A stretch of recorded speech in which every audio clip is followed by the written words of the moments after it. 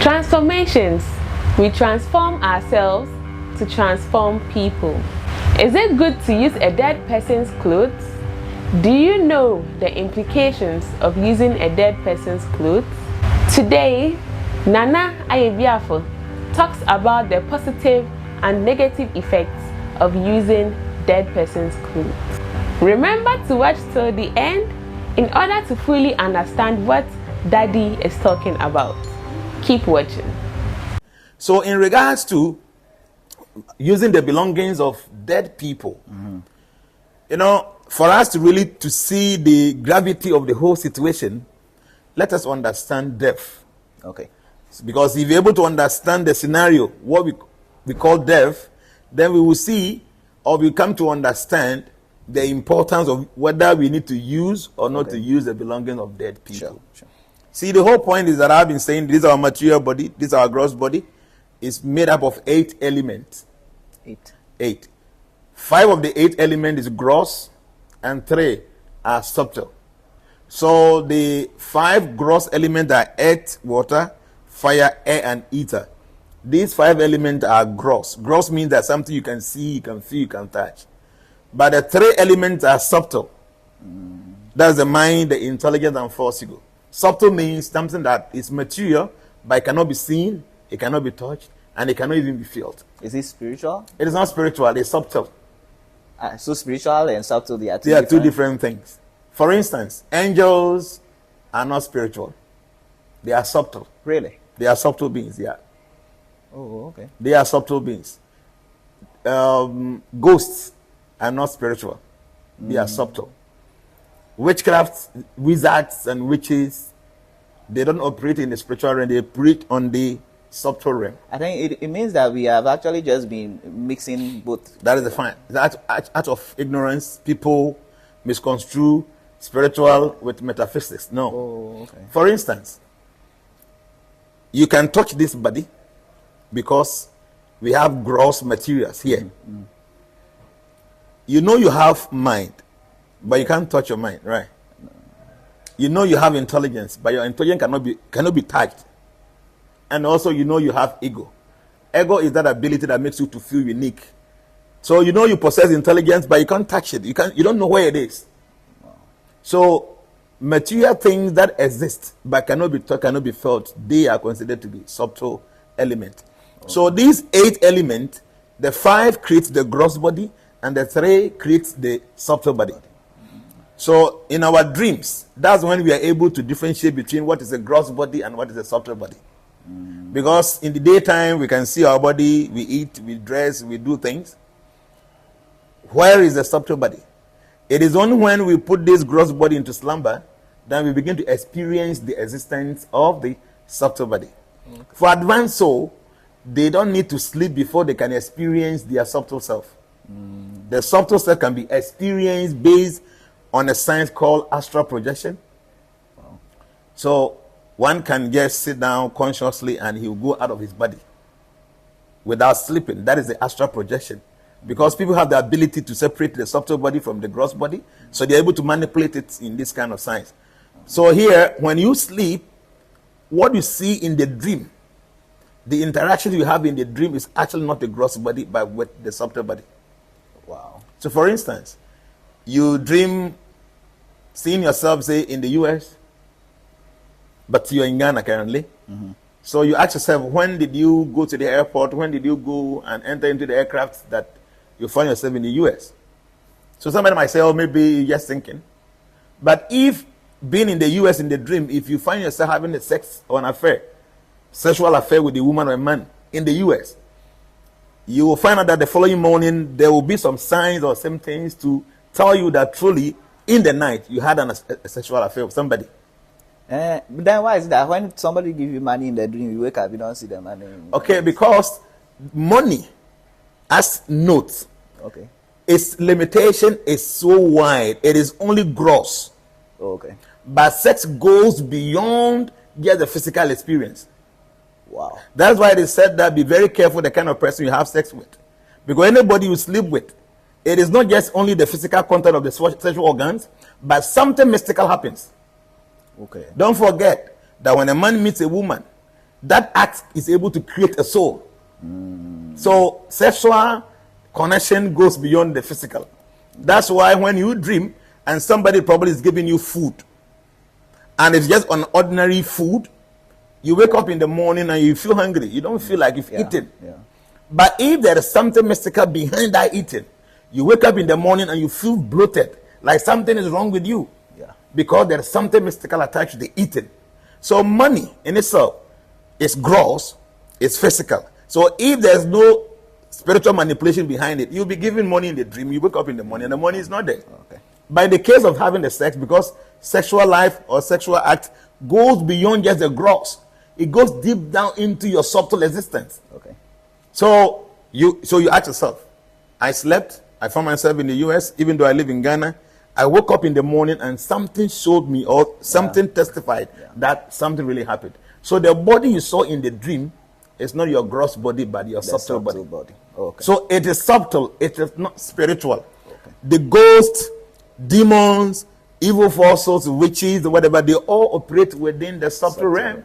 The demigods, the angels, the archangels, the Gandharvas, the Apsaras, and all these subtle beings, they all operate within the subtle realm. But many people say spiritual. Like because we even say spiritual marriage, which means that some spirits are having some sexual connection with you. Those beings, they cannot operate in the spiritual realm.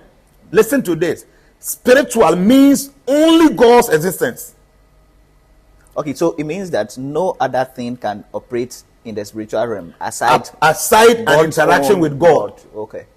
You see, we humans, apart from the gross body, the subtle body, we also have our spiritual body. And that spiritual body is also consists of 3 elements: eternity, bliss, and knowledge. So when you add it to the 8, we actually made of 11. I mean, there's 8 plus 3, that between 11. But the last 3 is spiritual. Okay. You understand? So the gross is made up of 5 elements, the subtle 3 elements, and then the spiritual 3 elements. And that is our real self. You know, so like as I'm sitting here, I'm wearing this dress that's considered to be the gross body. Under I'm wearing a singlet that consists of, represent the subtle body. Yeah. And then within these 2 dresses, me, Jenna, I am in there, and that is the spiritual self. Okay. So the spiritual self, it's there. That is spiritual. So anytime you are dealing with God, even though you might be using this your gross body, but in actuality you are using your real self. Because anything that has to do with the interaction of God is spiritual. I get it.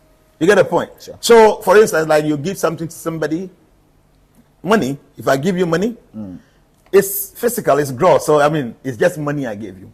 But if I give you this money with the intention that, my dear Lord, I want to help this person, probably is going through difficulty, but because of you, God, I want to give this money to this person.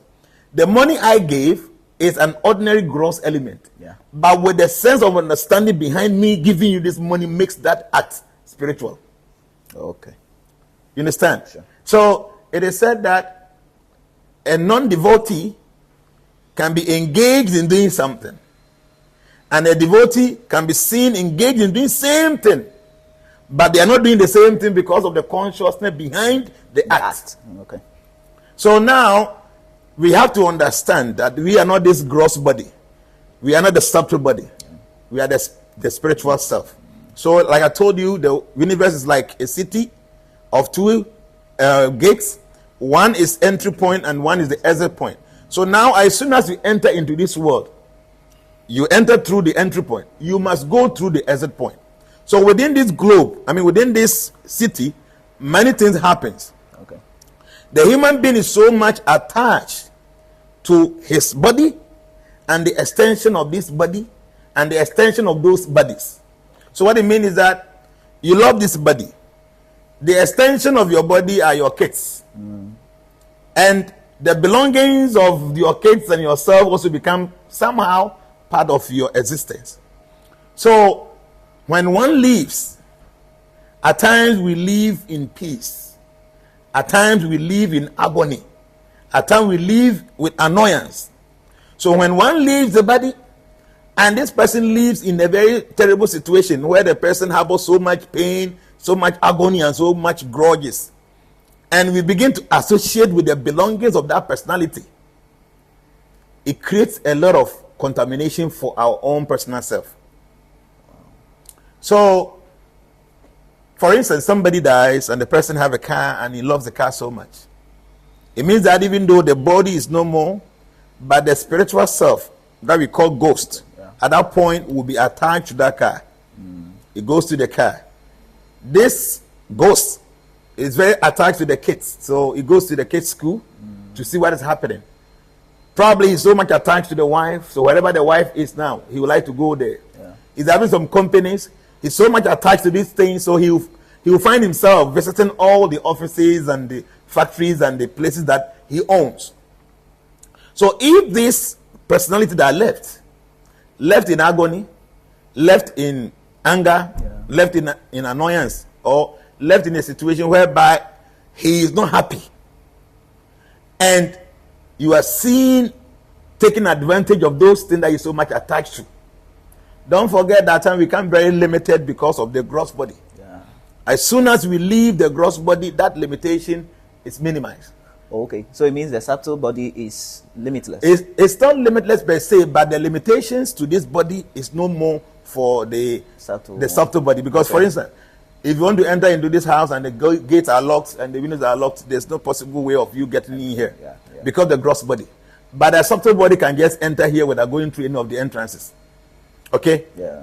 But the subtle body cannot go to the spiritual world because that's his limitation. Also, that's why I don't want to accept the word that it's limitless. It's also limited because the subtle body cannot go to the spiritual world because there's a limitation there. But the limitation to the gross body and that to the subtle body differs. So now, this subtle being, for instance, if they left in angry mood or in a grudging mood or in a very bad situation that they are not happy, it's not very easy for them to be able to attack any gross body. Okay. So, for instance, maybe somebody was killed, and this man left wife and kids with property, and the person that killed this person took advantage of the wife and the kids, and they get married to the wife and now begin to enjoy all the stuff. The departed soul might see all this things and be very, very angry, but cannot be able to attack. Because now he is possessing a subtle body, and these people are possessing gross body. It is not very easy for somebody with a subtle body to be able to attack a personality with a gross body. Unless this departed soul is able to learn the science of being able to attack a gross body with a subtle body. That's only when they will be able to attack you. And there are instances, if you read the mystical books, it is only when this person is completely naked, that's when they will be able to attack. Okay. I mean, if after they've been able to learn the art of attacking gross body with subtle element, it is only when the target is completely naked. Okay. So many times, somebody is bathing in the washroom, you go there, say the person is dead. Those days, people go to the toilet, and they were sitting down, something happens. So anytime you are completely naked, that's when these beings will be able to attack you. That is, if you have any problem with them and they want to attack you, and after they've gone through the science of learning how to attack gross body with subtle element, they can only attack you when you are completely naked. Who teaches them how to? Because on that realm, there has been departed soul that have been there since time immemorial. So in every realm you go, there are masters there. Like here, if you want to learn masonry, there are masters to teach you that. If you want to learn mechanics, there are masters to teach you that. If you go to the subtle realms, there are masters there to teach you how to manipulate gross element with subtle element. Wow.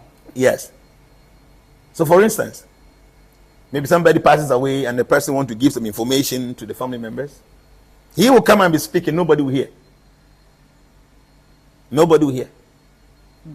And there's no way they will be able to, disseminate that information. But there are masters on that realm that will be able to guide you, the fresh departed soul. How you'll be able to manipulate gross things so that you can go in through somebody and speak to the person. So many times you go to the funerals. It happens in my village. Somebody dies and they call him someone come. Someone dies and probably the person wants to speak. Then somebody will get possessed, and the person will be speaking with the voice of the departed person. The voice. The voice. My sister passed away not too long ago. My sister passed away, and during the funeral, she manifested through one of our sisters. Wow. Yes, I was there. I was there when my senior brother called me. They were all afraid. And they know this man is special man, so you probably will know what is happening. So I was there. They have to say, come. Sister Joy is speaking, and the voice, I say, what? Come. The tone, everything. Everything is like her. So I got there, and she was very angry about his own son, and some few other incidents that happened. Yeah. And she had already done some things against my mom. My mom was not happy. And we all know, it's a long time ago, I personally went there and I just said that, what do you have to do this? It's your own mother. At times you like talking too much. So my mom was not happy, but later we were able to sort the matter out. But when she left the body, she knew my mother was not completely happy with the situation. So he said that she called her mom. And when my mom went there, she knelt down, like the sister, she knelt down and she started narrating things that she have done against my mom many years ago, and you feel my mother should forgive her. Everything feely like that. I'm telling you, I was there in this moment. So like that, and then afterwards, the son did something. When the mother passed away, he was in Accra here. He didn't go to Nyani Dumese to go and see them. He waited until when there was the funeral, after 2 months. Yeah. And you wouldn't believe that she said it, that you are my first son, and you heard of my death, and you didn't even bother to come. So you must compensate me. It was something serious I'm talking about. It's 4 years. It's not up to 4 years. And I think those of you watching us, they can testify. This thing happens everywhere. It happens everywhere. So like that, this departed soul, and I've gotten an assistant from somebody who is a little bit superior on that realm to be able to guide you how to manipulate gross element with subtle abilities. Okay? So what I'm trying to say is that people leave their belongings. And as soon as they leave and they are so much attached to these things, don't forget that if you are somebody who is very sensitive and your wife or your husband goes out there, probably go and be with a woman or go and be with a man, and the person comes home. There are some women, they are very smart. As soon as they get close to you, she's able to detect that the perfume that you have and probably some new scent of a perfume that you have, the person can ask you, where did you go? There are some men and women like that, they are very sensitive. That's true. Because they know that the person you were with, the aromas have affected probably yourself. Okay. So they're able to detect. I know some people, when they are going out, they are dating some people, they want to have their own clothes with them. So anytime they misses them, they can just smell it. And the person's smell is in the dress. Maybe they want to even take your handkerchief so that they can keep it with them anytime they misses you. They want to smell, because they can feel you in those presence. So the whole point is that we live in our belongings subtly. That is true. So all the property you have, if you truly own them and you love those things, you subtly represent yourself in all these properties. I think that is true, because even scientifically, I think it has now been proven that when you sit here, even stand up, they can be able to undertake DNA test and know who actually sat there. That is it. Yes. And there are, like the FBI and the CIA, they have gadgets that when something happens in a room, after some time, within some stipulated time, they are able to send some gadgets there and they will be able to detect who was there. Yeah, it's true. See, the point is that wherever you've been, so one day we will talk about the Akashic record, and it also try to explain some of the things, how you are able to delve into this kind of information. Because wherever you've been, whatever you heard, everything is recorded there. So scientifically, somehow or the other, they're able to, find out who was here. So what I'm trying to say is that we all live in our belongings, especially things that directly, touches our body. Okay. So somebody dies, and the person was an evil person. The person left in a very bad mood. The person died with a lot of grudges. Yeah. And you begin to use their belongings. One thing you to understand is that you are actually using a part of that person that left. Wow. And because what you use on your body reflects your personality. When someone dies, it is assumed that the person can be found in all the dresses. So in some part of India, when someone dies, you know what they do? No. All the belongings, they don't give to one person. Okay. They will scatter it to different places. They make sure maybe somebody came from the north, take this. Someone came from the south, take this. Someone from the east, from the west, whatever. So they disperse all the dressing in various areas, thinking that because the whole thing has been dispersed, it will minimize the attraction of this person to be around those things. So many people that they think that when their husband dies, they want to keep all the property to themselves, or he's sealed, or everything, they want to keep everything in the house. I'm telling you, this your husband might be with you all the time. And if there's any negative energy that comes along with his existence, it is going to affect you. It is good not to use even the clothing of your departed ones. You can go and, give them to charity, and not even to one place, to different places. So if you give them to charity, and there are negative things associated with the person, which is in the clothing, won't the people who use it later also have that negative impact? See, the whole point is that when things are given to strangers, the kind of energy that follows it will be ceased to follow anymore. Oh, okay. So for instance, maybe I'm dead and gone, and my dress are given out there. Subtly, there might be some little effects there, but not like somebody who really knew that this person that left the body was wearing these clothes. So it doesn't relate to only family, but people who know you, even your friends. Yes, your friends, people that knows you, that this dress belongs to you. Anytime they see the dress, they are able to remember your existence. Such people, if there's any negativity following those belongings, they can have full impact. But like people out there who might not even know you, they can have access to this. And like I'm saying, there might be little subtle energy following those dresses, but the impact will not be as much as somebody who really knows the person who owned those kind of belongings. Okay. So it is said that when someone dies, some of the things that we think we can just dispose them of by probably burning them, or maybe go and put them in the holy river or something, we should quickly go and do that. And those that we feel that we are unable to dispose of, there are some cleansing mechanism, some things we need to do to those things before we can even start using them. I think you have to teach us that one. We will go there. In African tradition, when someone dies, they keep all the things in a room after 1 year. That's in African. That's what I know in my place. That's what they do. They will keep all the things 1 year, and the person's door, no one goes there. So after 1 year, before they goes in there to share it. Ancient time, this practice was enacted. This time around, we are also following it, but we don't even know anything. We're just following ignorantly. But in ancient times, they knew that from day one, the person passes on up to the first year, there are a series of rituals they will be performing. So they know that after the 365 days, the person will not be around them again, so they can go ahead to share his things without bothering him. Okay. But now, we still keep the things up to the 1 year, and we go and share without performing any ritual in between. Those days, the person passes away, and there are a series of rituals that will be performed like that. And then when the person is buried, from time to time, they go to the grave to go and perform some libation and stuff. So they do all this. So after the 365 days, they know that this person wouldn't be around again to disturb anybody. So they can go ahead to share his properties.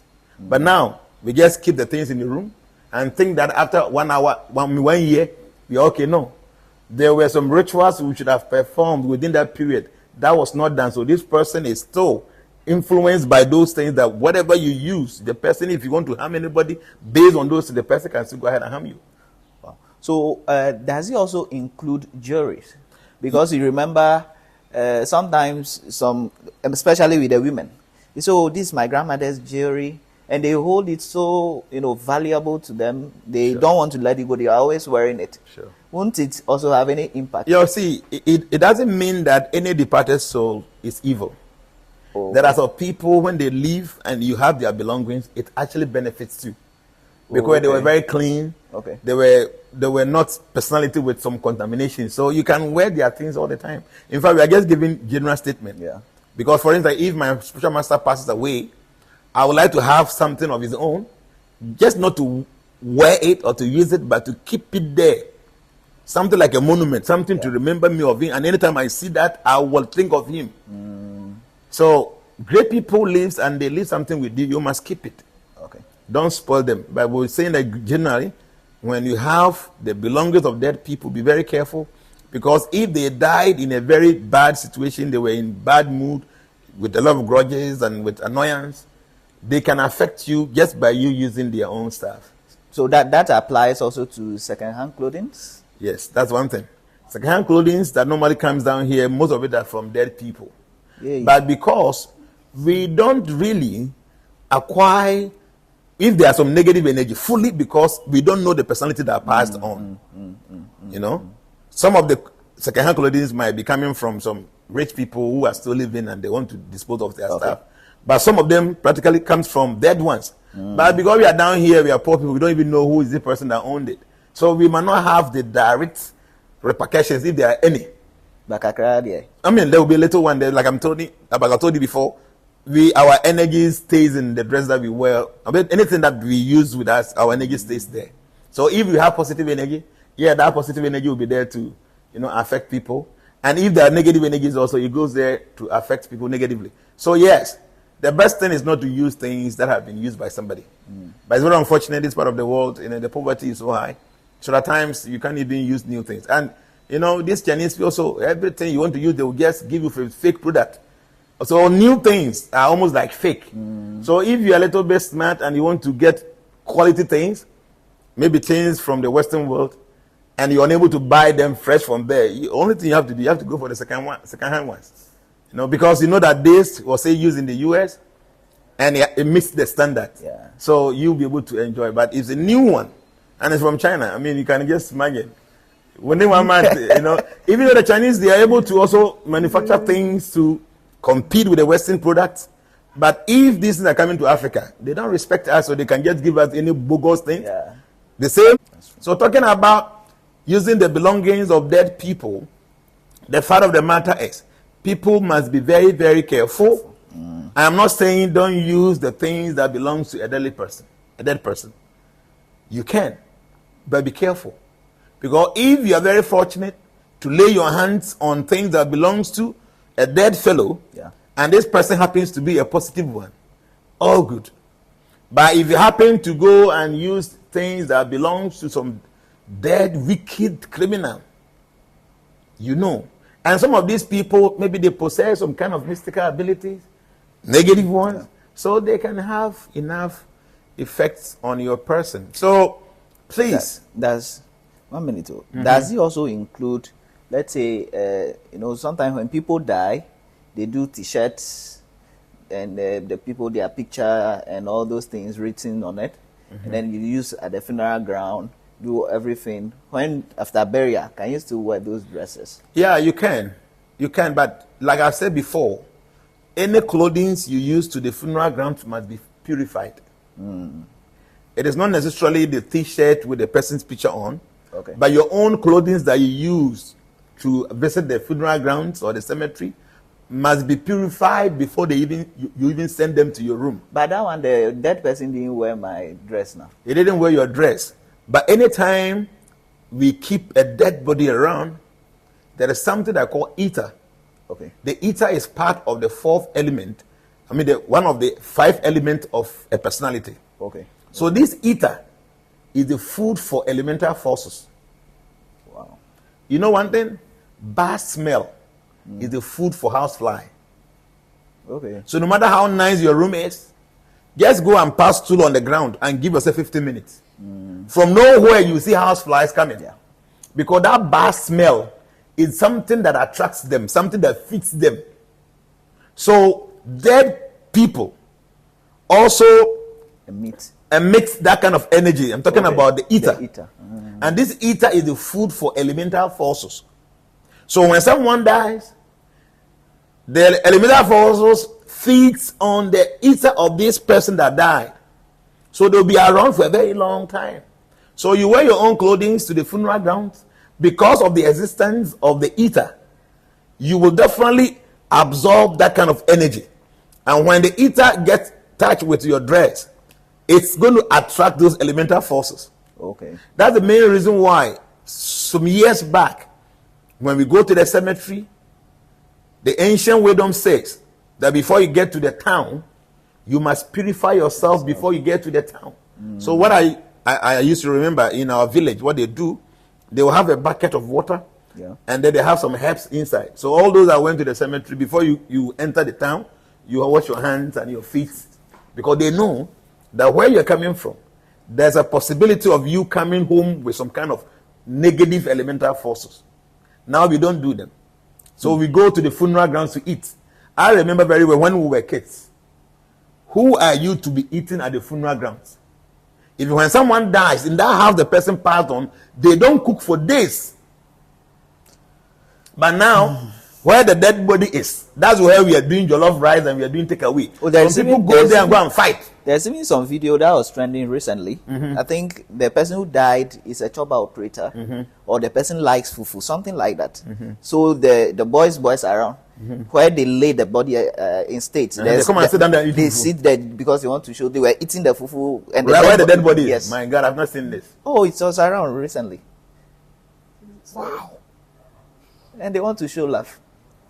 This one is showing love in an ignorant way. See, let me tell you one thing. No matter how you love somebody, when the person passes on, this person is no more just a human being. Yes. Because their person attracts many things. So you have to be very careful. When you are dealing with dead body, when you are dealing in the environment of where we keep dead bodies, you should be careful. You see, let me just tell you one thing. If you go to the villages where they have the public toilets, some of them are so horrible that just by passing around, they stink. You can't even breathe. In mid-year, there was one there. That thing I have never experienced anywhere in my world. You pass where, the car, you have the air conditioning, everything is closed. But as soon as you pass it there, you can smell something very dense in your car. So I vow not to use that route. But you go there and those who are selling the paper, they will be sitting in the kiosk there and they are eating. So you just pass here within maybe 10-15 seconds. You couldn't even breathe. Because the stink is so much to the point that you cannot even accommodate it in your system. But somebody is sitting down there eating. So the question is it that this person is not having any idea of the stink around the area? See, our body was created such a way that we are able to adapt easily. So you be in an environment where there are so many horrible things, it affects, because these things create energy thoughts. They affect your person, that you get to a point that you don't even know that this thing actually even affects you. So somebody will say, oh, but some people have been around dead body all these years and nothing happens, so what? Yes, they are having negative effects, but you are not seeing. People that go close to dead bodies, like people that dress the dead body, and you look at their life. It's true. No matter the kind of money they make from dressing all these bodies, just look at their life. In their whole life, they have different sequence of problems and troubles. Upon all the monies they make from dressing dead bodies and do all, you know what? Because there's so much energy that comes around dead bodies that if you don't know the signs of purifying yourself, after being around this environment, it have negative effects on you. A dead person's spirit can be found in his clothes. By using a dead person's clothes, you may get positive or negative effects depending on the personality of the dead person. Thank you for watching. Please like this video and subscribe to our channel. Also do well to visit the Transformation Era on YouTube to watch similar videos. Thank you so much for your time and stay blessed.